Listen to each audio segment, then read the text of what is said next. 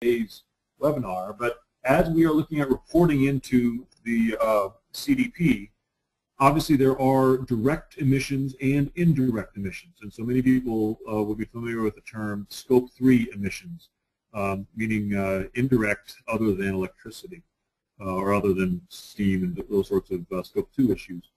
And that's a question that we have here that, Duncan, perhaps you can answer about how is Scope 3 issues, or actually just all of the Scope 1, 2, and 3 issues managed within the CDP reporting structure. Are people required to report all of Scope 3?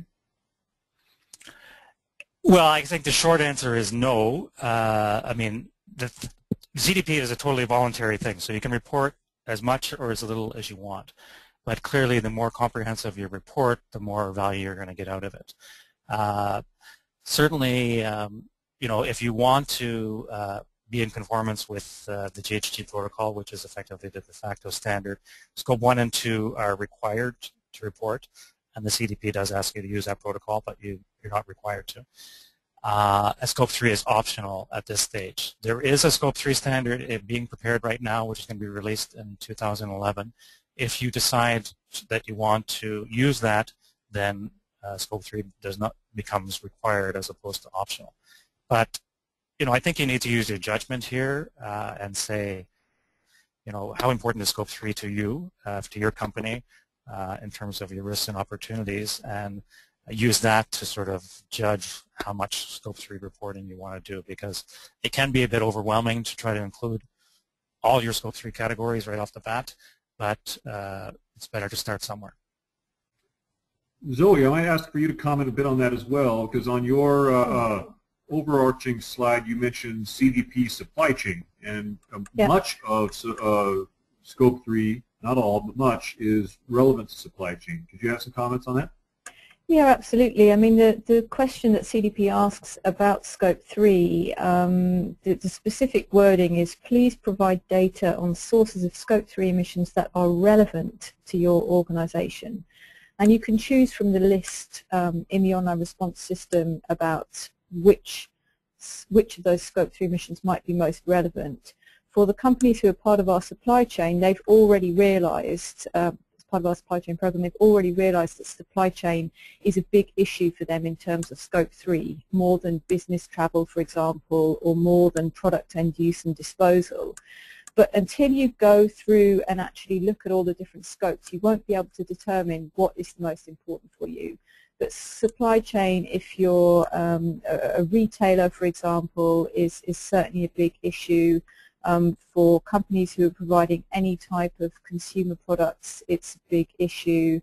And it can be a big issue depending on whatever sector you're in, but you won't know until you go through and take a brief look to see where that relevance comes into play. But supply chain for many companies is serious. There aren't many companies out there who don't rely on supply chains for a significant part of their business. Excellent. And building, Zoe, when you say relevance or significance, many times we are talking about risk. And risk that is within the supply chain would be one of the reasons to be focusing on Scope 3, understanding which of your upstream or downstream supply chain partners have substantial carbon footprints that may, you know, become very relevant in a lower carbon future. Yeah. You mentioned Bloomberg as one of the financial reporting organizations, including CDP data. Are they actively using that to help actually gauge risk for companies, or is it right at this point just a more informational directly for risk management from the financial rating companies? Well, I can't speak as to whether it's used by the financial ratings companies at the moment, although I know, as you mentioned, S&P is thinking about it, and there are a number of other ratings organizations who've been in touch with CDP about this. But what I can be sure of is that many of the institutional investors who are signatories to CDP do evaluate CDP responses to identify significant risks from companies in their portfolios, and will take action on those either by engaging strongly with the company or making changes to their portfolio spread to attempt to address those risks. Actually, I think that's Great point. So that was one of the questions here. I think the issue of risk is definitely being considered, and they're starting to become more structurally connected, meaning tied into the existing risk rating function. A question for you, Duncan. Is there a minimum size of a company that would benefit from the SOFI Carbon Explorer type of a solution?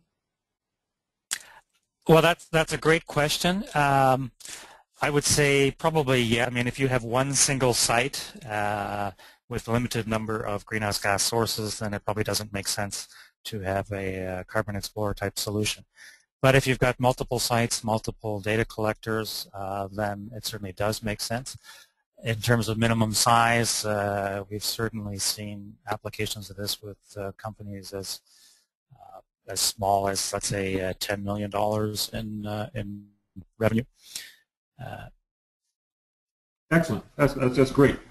Back to our questions around Scope 1, 2, and 3. That is, of course, relevant to the greenhouse gas protocol, which is somewhat of an underlying standard which helps to ensure that CDP responses are built off a common playing field. As we get into things like water, and so Zoe, I'll ask a question to you. CDP is moving into water footprinting right now. There is not a similar or analogous international standard or de facto standard within water right now. So how is CDP looking at the standardization around water reporting? Well, that's exactly correct. There is no standard, but our wish is that by going through the process of working with various partners to identify the right questions on water and building up a body of responses to that, that we can start to initiate work to develop standards. But at the moment it's still in the very early days. Our hope is that, of course, there will be standards, and that our work and the responses of companies and the efforts of investors in this area will help contribute towards those standards being generated. That's a great point, and it's good for us all to remember back in 2003 when CDP started exactly where the status of the carbon regulations were. And so the two have developed together, and I totally agree that as we encourage public reporting on the other sustainable business priorities such as water, and others, that the standards will come along with that. Well, with that, I think that it's probably time for us to close up. I really do appreciate everyone's attention and the questions. There's many more questions here we just don't have time to get into, but we will be responding to all of those and getting them back out to everyone. Zoe, Duncan, any closing comments before we tie up? I would just say it's the age-old business adage, you can't manage what you don't measure. So start measuring. You know, you'll find out some really interesting stuff and it'll help you move forwards. Yeah, I couldn't have said it better myself, Zoe, so I'll leave it at that. Excellent. Excellent. Well, thanks so much for joining in. Zoe and Duncan, thanks for your time and energy in putting this together. And for all of the attendees, please take these words to heart. It is time to understand our carbon footprints, both on an organizational and product basis. And there really is no excuse not to anymore. The standards are there, the tools are there, the information and expertise is also available. And so please reach out to any of the panelists here for additional questions and considerations maybe specific to your organization. And with that, I look forward to speaking with all of you soon, and have yourself a great rest of the day. Take care.